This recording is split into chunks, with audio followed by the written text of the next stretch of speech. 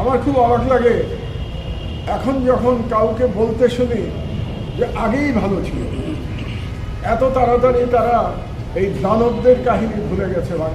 বাংলাদেশের ফ্যাসিবাদ কিভাবে বিকশিত হয়েছিল এবং এই ফ্যাসিবাদ বিকশিত হওয়ার মাধ্যমে 3টি ভুয়া নির্বাচন অনুষ্ঠিত হয়েছিল 2014, 2018 এবং 2024 সালে।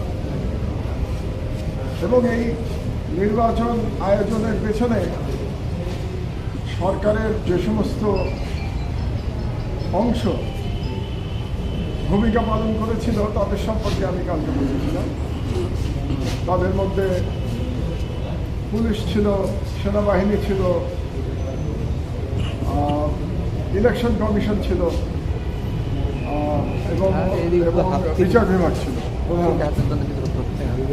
আজকে আমি এই যে শেখ হাসিনার পদের ওঠর ফ্যাসিবাদ আন্তর্জাতিক মহল কিভাবে দেখেছে তার ব্যাখ্যা করেছি।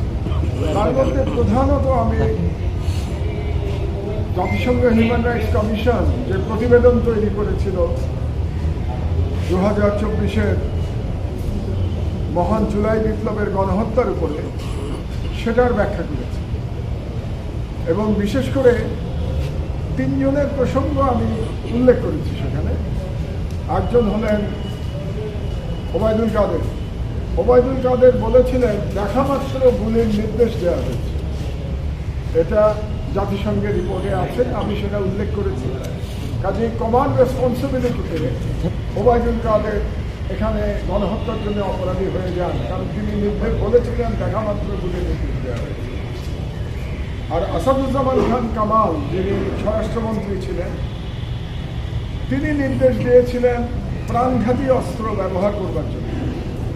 এবং প্রতিদিন তার বাড়িতে কোর কমিটির মিটিং হতো, যেই কোর কমিটির মিটিংয়ে পুলিশের আইজি, যিনি এই মামলার আসামি এবং রাজসাক্ষী আব্দুল্লাহ মামুন, এবং অন্যান্য আইন শৃঙ্খলা বাহিনীর প্রধানগণ এবং গোয়েন্দারা, সরকারের বিভিন্ন গোয়েন্দারা উপস্থিত থাকতেন। এবং তারা প্রতিদিন সিদ্ধান্ত নিতেন যে পরের দিন কীভাবে গণহত্যা চালানো হবে। তো সেই বর্ণনা আমি দিয়েছি। আর সর্বোপরি শেখ হাসিনা নিজে বলেছিলেন যে যারা আন্দোলনের নেতৃত্ব দিচ্ছে তাদেরকে হত্যা করো এবং তাদের লাশ গুম করো।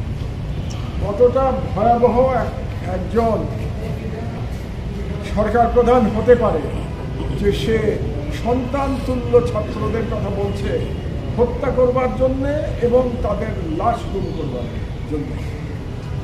আমার খুব অবাক লাগে এখন যখন কাউকে বলতে শুনি যে আগেই ভালো ছিল, এত তাড়াতাড়ি তারা এই দানবদের কাহিনী ভুলে গেছে বাংলাদেশের জনগণ।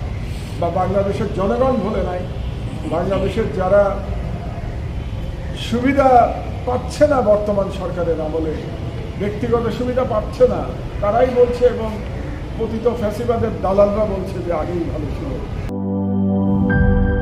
লিলি বিউটি সোপ, যার অ্যান্টি এজিং গুণ তারুণ্য ধরে রেখে ত্বকে করে উজ্জ্বল। তারুণ্যময় উজ্জ্বল ত্বকের জন্য রিমার্ক।